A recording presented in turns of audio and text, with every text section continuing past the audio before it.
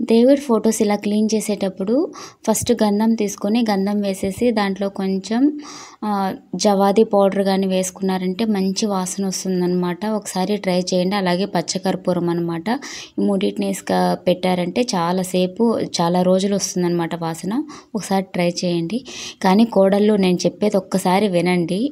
దయచేసి అమ్మాయిలు పెళ్ళికి ముందు పెళ్ళి తర్వాత పెళ్ళైన తర్వాత వెంటనే మీ అత్తని అమ్మ అని అయితే దయచేసి పిలవద్దండి.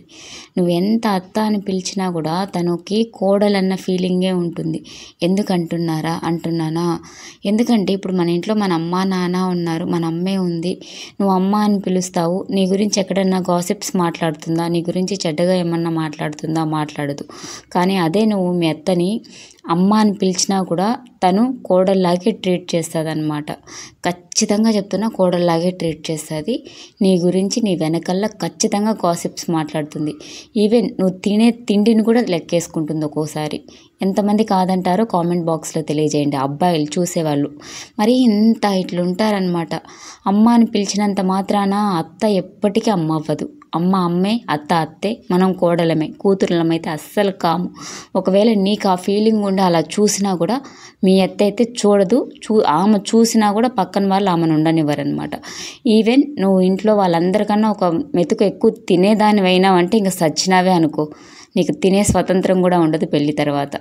కాబట్టి దయచేసి అమ్మాయిలు పెళ్ళైన తర్వాత బ్రేక్ అయితే తీసుకోవద్దు. ఇదైతే నేను బల్ల గుద్ది చెప్తున్నా.